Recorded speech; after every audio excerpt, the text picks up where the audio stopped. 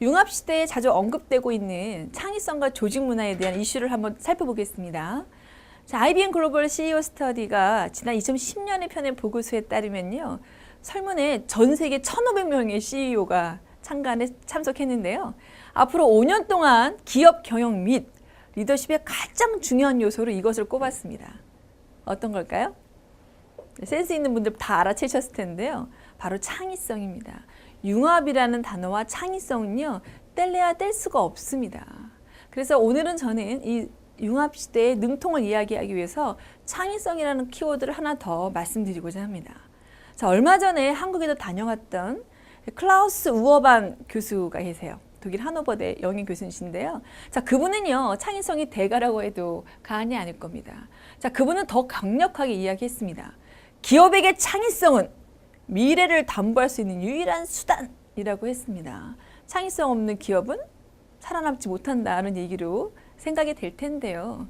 또 이 우어반 교수는요, 직원들의 창의성 발굴을 위해서 최우선으로 그 가치를 두는 기업과 경영자만이 이 시대에 살아남을 수 있다고 하면서요, 기업이 자사 인재의 창의성을 높이기 위해서는 첫 번째, 조직 문화부터 변화가 필요하다고 했습니다.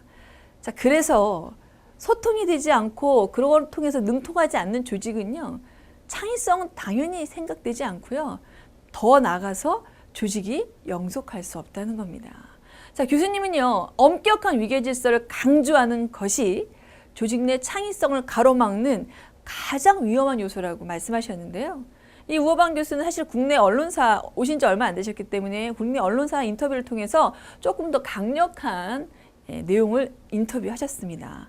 제가 그분의 성대모사를 할 수 없지만 인터뷰 원문을 한번 읽어드리면, 위험한 조직의 전형적인 모습은 조직 내 의사소통이 위계 질서에 사로잡혀 있는 것입니다. CEO 스스로가 생각을 열고 누구나 막힘없이 소통하면 처음엔 좀 어색하지만 적응기를 거쳐서 지금처럼 경기가 불황인 시기에 정말 위기가 왔을 때 비로소 그 효과를 볼 수 있을 것입니다. 라고 하셨어요.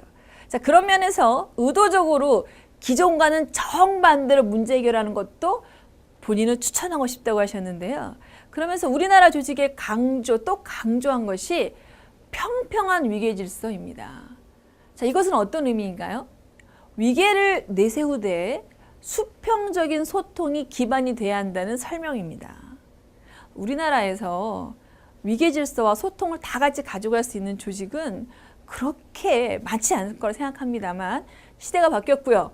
농경사회도 아니고요. 그죠? 산업화 사회도 아닌 융합의 시대에 진정한 능통을 하기 위해서는요, 창의성 있는 조직 문화가 필요하다는 것을 저희 이해할 수 있을 것 같습니다. 그런데요, 그런 것에 대한 연구가 굉장히 많이 일어났는데, 하버드 대학 비즈니스 스쿨에서는요, 창의성은 무엇인가? 창의성은 왜 중요한가?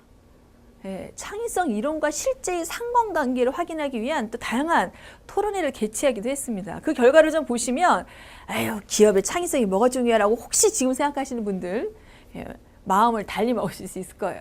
자, 그 결과 창의성은요, 기업에서 필수적이며 특히 기업의 존속과 성장에 있어서 그 무엇보다 중요한 요소라는 결론에 도달했다고 합니다. 어떠세요? 기업에서 특히 융합의 시대에 창의적 조직을 만드는 거 우리한테 당면한 과제라는 생각이 드시죠?